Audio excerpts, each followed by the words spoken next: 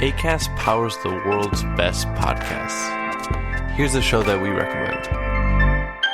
I'm Jessie Cruikshank, and I've always been told I have a face for podcasting. So I launched a podcast. It's called Phone a Friend because each week I'll break down the biggest stories in pop culture. But when I have questions, I get to phone a friend. I'll phone a royal watcher to find out why Prince Harry is acting like a real housewife. I'll phone a tween to please explain Euphoria. And maybe I'll even phone a Backstreet Boy to find out if I still have a chance. I don't? Okay. New episodes drop every Thursday wherever you get your podcasts. Acast helps creators launch, grow, and monetize their podcasts everywhere. Acast.com. Hi, it's Dave here. This is my wife, Kathy. Hello. This is the Cinemal, the podcast where we walk home from the movies. And today, we're walking to the movies. We're going to see, what's it called? Smile. It's called Smile. We decided to go to well, okay, it's my Dave's choice. It's my birthday, okay? Well, your birthday. Was my birthday, ago. and Kathy's brought me out for dinner. She got me a bit drunk, a bit tipsy, and we were going to go see see how they run. Yeah. And then I was looking at the thing, and I was like, Kathy, do you want to go see this creepy looking horror film instead? Because that's my vibe. And then you basically said, well, it's your birthday. Well, I said, don't worry, darling, because on Dave's actual birthday we went to see Don't Worry, Darling, which was kind of my choice, so I feel like you should get a choice now. Yeah, I don't like horror films, and the viral marketing I've seen for this movie has terrified me. It's been very good. So if you haven't seen it, look it up. They placed a load of actors at sporting events in the US, and then sort of placed them behind. They must have arranged for them to be on camera in the background, but they're just staring at the camera with very creepy smiles, and that's very clever. It looks freaky, and I also saw people online saying that actually Liz Truss is a plant for this film. yeah.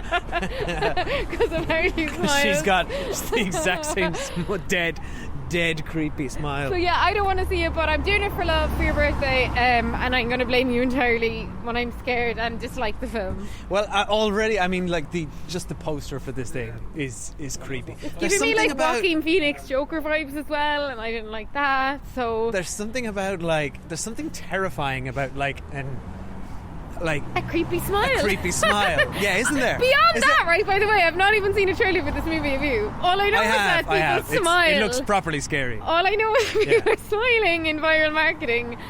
Now, I'm actually intrigued because I have no idea what it's about, so that's good. Usually I have some sense of I've not really idea what it's about either. I guess it's about you saw a trailer. Some creepy smiles. yeah.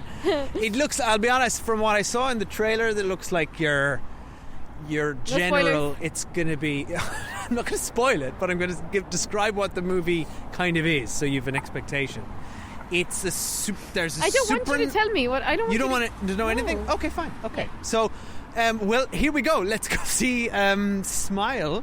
Thanks, Kathy. I think it's the kind of movie where they would love to play the Nat King Cole Smile song, but they won't have the budget. Oh, they'll do it, and then they won't have the budget. No, they'll probably do it something like that, but then they'll start slowing it down, really like, and then the record will start scratching. Smile. Yeah, that's exactly repeating. What they'll do. I expect this is probably just going to be filled with tired horror tropes but that's all I want. You love horror, so. But I do. I'm like, everyone's got their sort of genres, and this is one of mine. And if I just go in and get a perfectly fine, decent entry into the genre that has some new ideas or something, that's kind of all I want. I'll be satisfied. You're kind of happy to be served the same thing again and again, and if it's kind of a B movie, right? I guess. Anyway, we'll see you guys on the...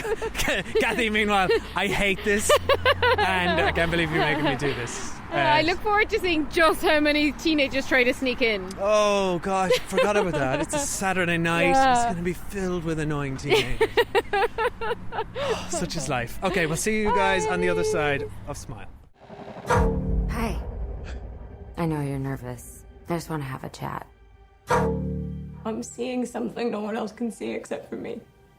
It's smiling at me.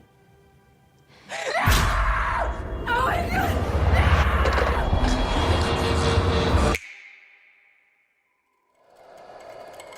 God!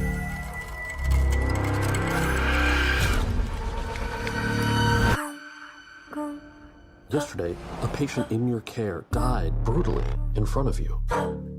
I need to find an explanation for what happened. It's smiling at me. It's smiling at me. Ooh, hi guys. I gotta say, firstly, to Kathy, I'm so sorry. I can't believe you made me watch I'm so that sorry movie. it brought you to that. Not that because it was bad, because I actually thought it was really very good. scary. But it was genuinely terrifying. terrifying. And you, poor thing, you had I could see you couldn't look at the screen. There was a lot so of the many time. times. You had your hands over your face and you were looking down into your popcorn. Yeah, but they still got me because they get you when you least expect it. But there were some scenes where you're like, okay, I know they're really going to get me, but... so that was... By the way, hello. There won't be hello. any spoilers for the movie Smile. We'll give you our general impressions of it first until we get to Spoiler Street. Yeah, so no spoiler thought first is that... Kathy, yeah. It's really scary. The lead actress is brilliant. We realised at the end she's Kevin Bacon's daughter. She's got the same surname as him, and we suddenly were like, she looks exactly like Kevin Bacon. That was our first clue. That she's a Bacon. She's brilliant, so she's really good. Very good. It's really scary. It really is just so wrong when you see smiles that aren't meant to be there. It's terrifying. Right. Yeah. It's really such a scary. simple visual sort of. It's what's the word? Like a juxtaposition or something. It's wrong. It's it feels wrong. And then it's unsettling. The movie is very unsettling. Like, I think it has a really particularly brilliant, like, probably first half of the movie is really strong. It unravels a bit towards the end and goes on a bit too long, like happens with a lot of movies where there's kind of a horror/mystery premise. So I'd say if it was 20 minutes shorter, it would be a very good movie. Could do with a little trimming. Yeah, but I actually think I think it wraps up really well. I thought the third act wraps was very up well. good. Honestly, if you're looking to be scared, I really recommend it. If you're feeling in any way disturbed or are experiencing mental trauma at the moment, I would severely recommend against it. Yeah, because but it's very disturbing. There are images in that movie that are going to stick with me. And there's also a lot around. I feel like I need a shower. Like, the lead character is, like, this isn't a spoiler at all, I'm sure. She's like a psychiatrist, counsellor, and she's there's loads around mental trauma and unpicking that in this movie. It's a central theme of the movie. Yeah, it's like a psychological horror, I would say, more than a horror. So definitely, I would say, like, you know, there's trigger warnings around this movie. All that being said, it certainly did what it said on the tin. I was absolutely petrified, and I wanted to leave multiple times throughout the movie. And then it was a good movie to watch in the cinema. I think it would be so much better than watching it at home, because it's always fun in the movies when everyone in the audience is scared together and then everyone kind of laughs out of relief. Yeah, and actually I haven't seen a horror film in the cinema in ages. It's because they're always really straight to VOD now. Well, yeah, and I tend to watch them, like, by myself because you're not into it. So I watch them by myself at night and it scares the shit out of myself. Whereas it's kind of more fun. I know you weren't really enjoying yourself in there, but I enjoy myself after the scare, and then you laugh. I enjoyed that you were thrill. there and we were kind of whispering to each other a bit and laughing, and you kind of have to. It's that cathartic release. Yeah. You kind of have to laugh at the thing as it scares you. Mm-hmm. But I don't know. Yeah, I don't know. It's interesting to deconstruct why humans like to be scared and face our fears in horror movies. It is a kind of an adrenaline rush, and I think to pick up on what I was trying to describe when we were going into it, that you know, I'm always very satisfied when I'm served up a mediocre horror movie, because all it has to do is hit some familiar beats, because I'm getting that same adrenaline rush. Yeah. I'm getting that same, it's like a roller coaster ride. It's like a really safe way to get some adrenaline. Yeah. And I will say, in terms of this movie and its quality as a horror movie, I think in terms of its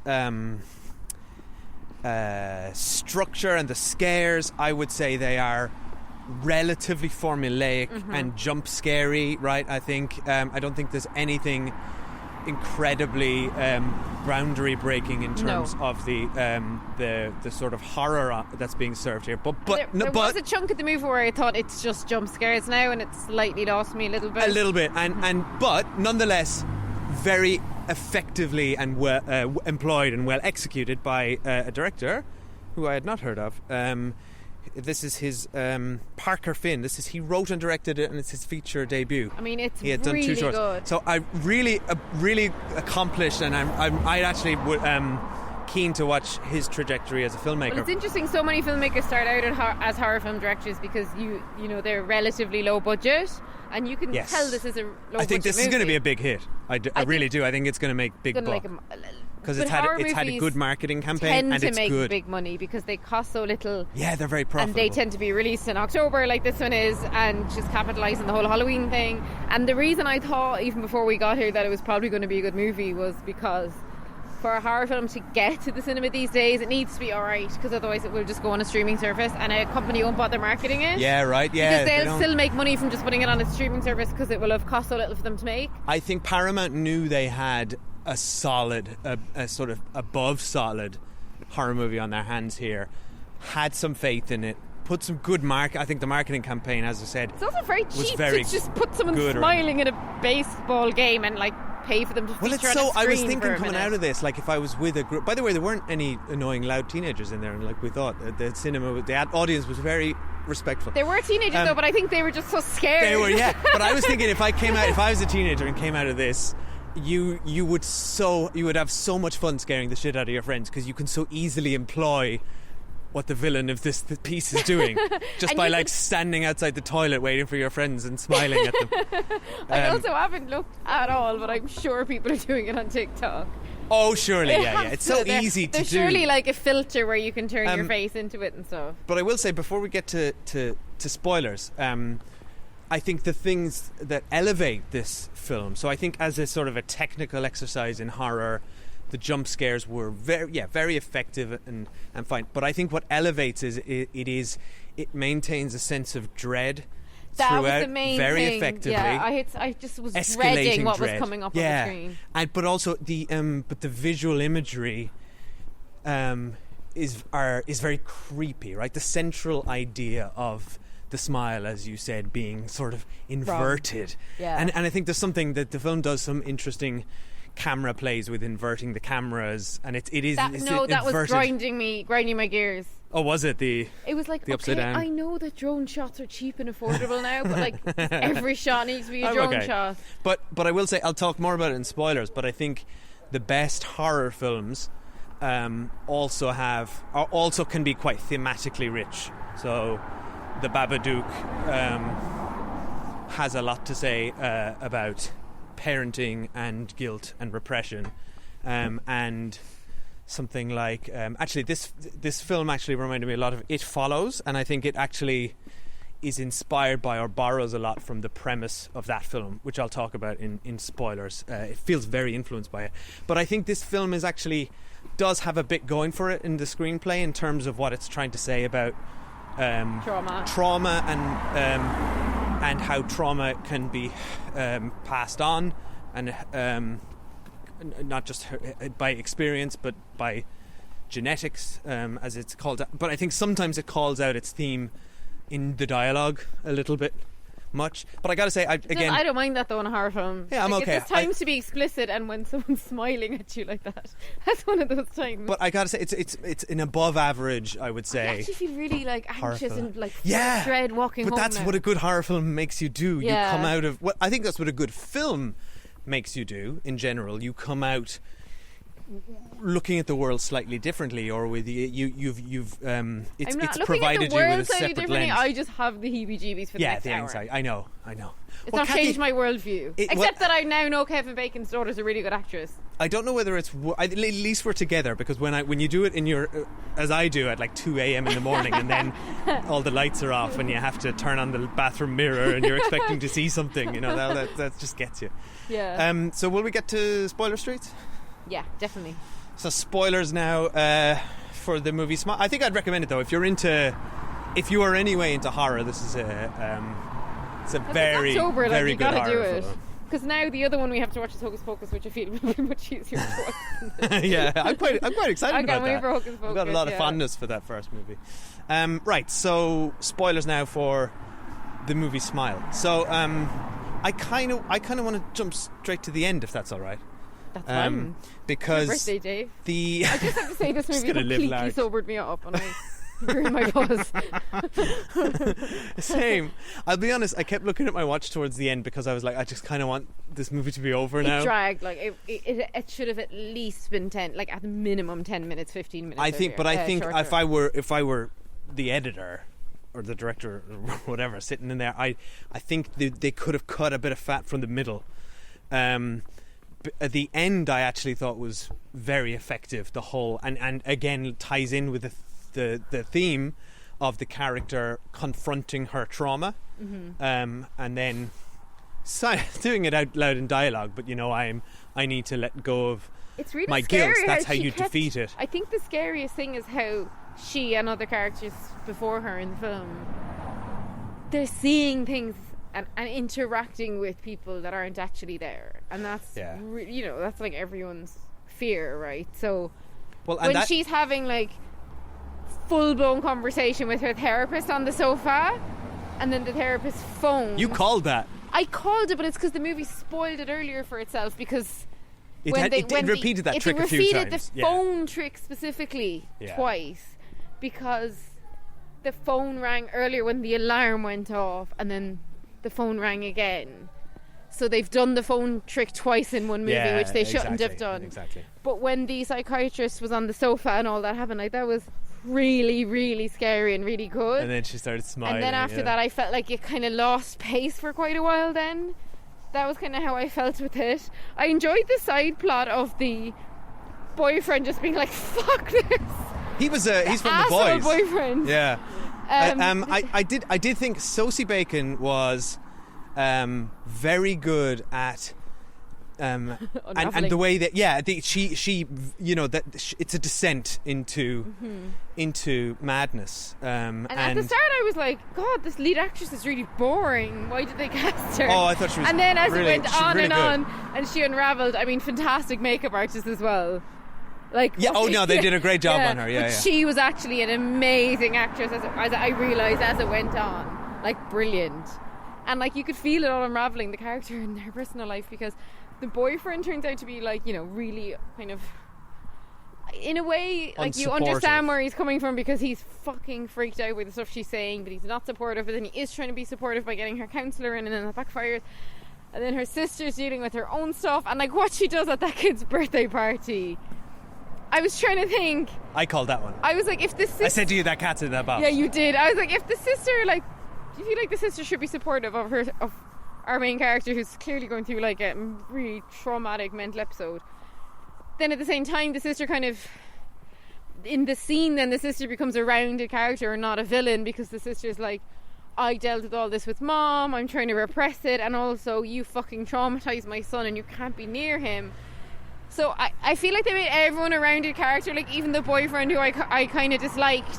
But I also, to an extent, empathised with the boyfriend. Like, I think the movie did a good job of just showing what a murky situation everyone was in. Yeah, and I agree, and I think that's kind of that's the line that the characters kind of draw here, is that she's like, you traumatized her son, and then we actually do see the son looking out the window at her as she's screaming at the car. Poor child. And at one point I thought, oh my God, it's going to happen in front of the kid. Oh no, yeah, I'm glad they didn't. It's really going to repeat itself there. with like this kid being traumatized. But that's what the movie's kind of saying. It's trauma can be passed on right through experience, or that prisoner, and that scene was amazing with the prisoner, where it's like, it feeds on trauma. So he's like, you either have to kill that's what someone. I meant by he kind of spelled it out a little bit. Like, we kind of got it. But I'm frustrated at our central character, because there was a third option. Now I appreciate she was fucking having like paranoid delusions and couldn't tell like left from right, and like didn't even know where she was, kept waking up in different places. But like, bringing yourself to that cottage that everyone knows about, leaving your phone on that anyone can track, and parking your car out front. She wasn't really going it about trying to go off by herself very well, but I know she was completely chaotic mentally and couldn't, like, I thought she should have like, we were just waiting for your man driven to show to up like for that kind of obvious ending that he would experience. Yeah, like, she should have like truly gone somewhere really desolate and seen what happened. So we knew he was going to come up and get her. We'd been told about the house earlier in the episode. He has her license plate. He's a cop. So yeah, it kind of frustrated me, but I appreciate she wasn't like with it. She wasn't like together to properly like be strategic about what she was doing. I got to say, hats off to the filmmaker whose name I've forgotten again. What was it? Parker Finn. Hats off to Parker Finn for doubling down in the third act on the imagery and showing the monster, right? Because I wasn't expecting to ever see the monster. Me neither. And that is it was always really scary. At the very end, I didn't look at it. I never saw the full monster. I was like, this is. I thought it was scary. very effective. It was really scary. well done. But actually, that more often than not backfires. Yeah. Because what happens is it ends up being hokey or silly, or also it ends up kind of ruining the suspense or fear because you're like, oh, it's just your imagination's more powerful. It's just exactly like the Blair Witch Project, very effective, or whatever. It's just like the by showing it, you risk normalizing it and making it less scary, or showing the bad special effects. Showing the bad special effects. Now, when it was her mom, and then it kept getting bigger and bigger and bigger. I thought that was so scary. Very effectively done, but just by engorging the eyes and it becoming very tall. I thought really, I thought very effective sort of creature effects in the way they did that. So I thought the third act was brilliant, both like on a thematic level. Now I think it employed the trick of like that was so obviously not happening to her, this fake resolution where she goes off to your man. I thought it might have been happening. It tricked me because you were like, oh, Dave whispered something to me like they can't do a sequel if she really kills it, which we know all horror films now don't have to have 8 sequels. No, but they also want to have downer endings for the most part. Yeah, but at the end of like say Scream, spoilers for Scream, end of Halloween, spoilers for Halloween. But those are slasher movies. That's a subgenre almost. Yeah, but they end positively. But then they still have hundreds of sequels. So I thought this movie might have done it. That's because they have killers who can come back. They have killers who can put on, and other killers who put on the mask, right? Yeah, I guess. But your man had been saying that it had been happening in like Brazil, like decades before. So, but I would imagine it's the same creature, and it's just traveling the world. Creatures' motivations, or maybe there's more than one of them. Are thin.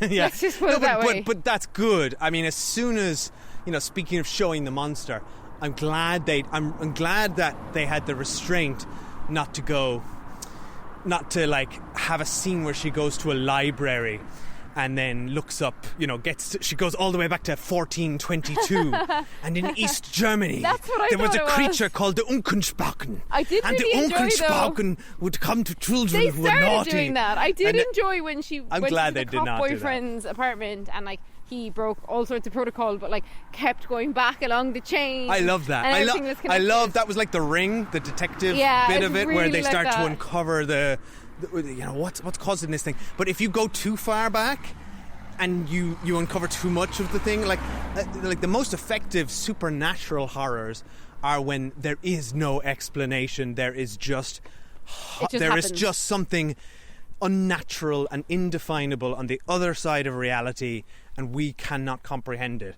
As soon as you put a name on it, and that's what I think often happens in horror franchises. In the inferior sequels where you get to like Hellraiser 4 and suddenly it's like, this is the guy that invented the puzzle box and the Cenobites are actually this, and it's just like, it's just you've just killed it now by it's better not to explain doing prequels and explaining stuff. Two things that were implausible to me in this movie.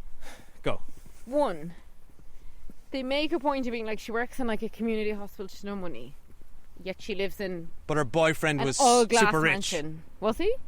That was the impression. He had a nice suit and a nice car. As this always happens in movies, the central characters just live in these incredible houses with no explanation. The boyfriend, who's a cop, lives in this gorgeous apartment, right? Yeah, right. Yeah. That all annoys me. The other implausible thing is that the boyfriend, like, okay, or the ex-boyfriend makes slight murmurings like that this mightn't be appropriate for him to be looking at all these files. He seems to have access to everything, right? And then a single man in his early 30s living in an apartment, has a printer at home and he prints out all these confidential photos, like really graphic crime scene photos, and like puts them all in a folder for her to take off. Yeah. Now, does he want to lose his job? Because it's one thing for him to look it all up for her and he acknowledged he shouldn't have been doing it, but to print it all off for her, evidently printed by his own printer. He trusts her and believes her. He's the only one. Yeah, but that's fine. But why did he print it for her? And then she runs around brandishing the printing like, aha! Instead of just staying with him, it's like the one person who actually believes you. You're dead right. The most implausible thing of all of it is that he had a printer. And then like, what really annoyed me at the very end, he fucking knows what's up. He knows when he sees her smiling. He can break the chain. He can't look away, yeah. He could have turned... Fleetwood Mac could have come on. That could have been the end credits. He should have closed his eyes and turned around, and absolutely infuriated me. Do you know what he should have said? What? Nope. And walked away. I did really appreciate that about Jordan Peele's Nope, in that the title of the movie is said several times by Daniel Kaluuya in situations where that's exactly what you would say and walk away. Yeah, that's true. And also, you told me that the whole opening scene had been in the trailer, but I didn't see the trailer, so I'm so glad I didn't watch it, because I bet it's one of these movies that the trailer ruins. The trailer does, it ruins the opening scene for sure, yeah. But it's a very effective opening scene, and I think very effective in a trailer. Yeah, that's true. As a trailer, it's very again great marketing. Above average. I thought really, it was a really good horror film. Now I think would you ever watch a sequel? To scratch the It Follows thing just a little bit. Firstly though, before It Follows, would you ever watch a sequel? I think a sequel would probably end up being more of the same, unless they come up with a different angle for it. But But I don't know. No is the answer. I would rather this be one and done. Mm-hmm. But the It Follows thing, I think it draws heavily on that in terms of its creature mechanics. I haven't seen It Follows. Okay. I don't ever plan on either, but I'm just pointing out some other listeners. Can I just say though, this isn't a spoiler, but the monster in that, again, that's in the trailer as well. The monster in that, only you can see it. Mm-hmm. It can present as people who you either know or strangers, and the only way you will be able to identify it is, instead of it smiling at you, it is walking towards you at all times.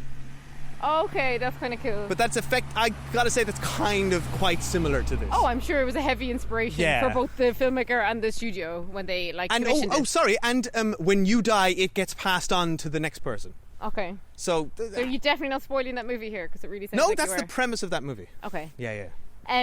Which is a great movie, by the way. What's really interesting at the end of this movie is that they kind of show you, because at the start there's a bit of a mystery set up. It's like the girl in the office screaming. Yeah. Like something's actually happening to her. And then she looks fine again. Oh, and then so she does scary. the thing with the blade. Yeah. So in this movie we saw that silent gap, and you had missed it when you got into the bathroom, but she'd been trying to identify, she'd been listening on headphones to like what happened in the silence, and she could never figure it out. So we saw that moment. So it's like she's already gone at that point. I gotta say, that was also really, again, fair play to him for doubling down on, I'm gonna show this, because that could have easily have just been cut as they did in the first. I didn't look, so I didn't see what happened. You didn't see it? No. Oh my god. Well, I won't describe it to you then, because it was honestly, I could tell how horrifying gross. It was. And the CG was about 90% there. Yeah. Because it was very CG heavy. What but just the idea of it and the image of it was he should have got a drone shot and then flipped it upside down and been like, things aren't what they seem. But it was, I think for the most part, he pulled it off, and it was just an awful crazy thing I saw. It's going to stick with me. That you will never unsee. I'm actually going to make it my desktop wallpaper when I go. So yeah, look, thanks for sticking with us to the spoilers. I presume you watched it too. Let us know what you thought. Are you smiling coming out of this? Are you terrified? We are on all the social places at The Cinemile. We are thecinemile@gmail.com if you'd like to email us and say hello. And leave us a review if you don't mind. Yeah, we'd greatly appreciate it. If you could leave us a review on Apple Podcasts or on Spotify, that would be great. And come join us on Patreon, where we watch retro movies every month and where we do a load of TV reviews, including at the moment we are watching both Rings of Power and House of the Dragon. Yeah, and guys, Rings of Power episode 6. Our episode is up now on that, and that was fantastic. Yeah, that was amazing. If you enjoyed it as much as we do and want to spend 45 minutes gushing about it with us, then go to patreon.com/The The Cine Mile. That's our show. That's our Goodbye, podcast. That's what it's called. lollipop, What do you think about that? Was a weird song. I lollipop. guess they just picked that to have a completely upbeat and jarring thing. But why not go It with Nat didn't King work Cole? at all. I think they couldn't afford that. That's fine. But just the lollipop thing really annoyed me because I actually really like that song, and I don't understand why it ended on that. There was not a one lollipop in that movie. Yeah, I get it. I get it to like upbeat thing to contrast the downbeat ending. But yeah, it makes no sense. I do not understand it as a choice. Doesn't work. Yeah. But I did want to say, I can think of 10 songs. I know we've already wrapped up, but I Yeah, want to go on. say I thought the use of sound in this movie was incredible and fucking terrifying. The concept, like, there was just like a lot of like heartbeat sounds, pounding sounds, a lot of ominous score. I thought the sound and the use of music was brilliant. And I gotta say, hats off. You know, I've given all the credit to Mr. Writer Director Parker Finn, who's getting a lot of shout outs from me because I've got IMDb on my phone. Yeah, why do you But keep actually, talking about Parker you're Finn? dead right. The sound department on a horror film is so important, and the editors. Mm-hmm. They're probably the two most important. Great. You've killed it now. Sorry. Bye, everyone. We're back in it. Bye. Thanks for listening. I'm just really scared that something bad is going to happen.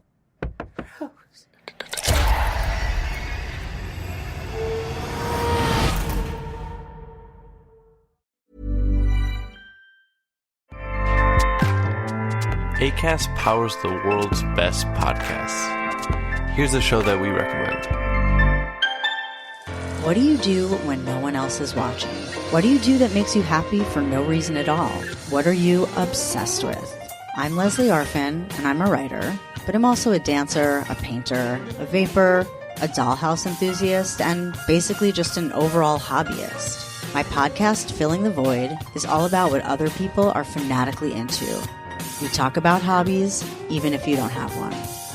Listen to Filling the Void on Tuesdays on the Erios Network and subscribe wherever you get your podcasts. Acast helps creators launch, grow, and monetize their podcasts everywhere. Acast.com.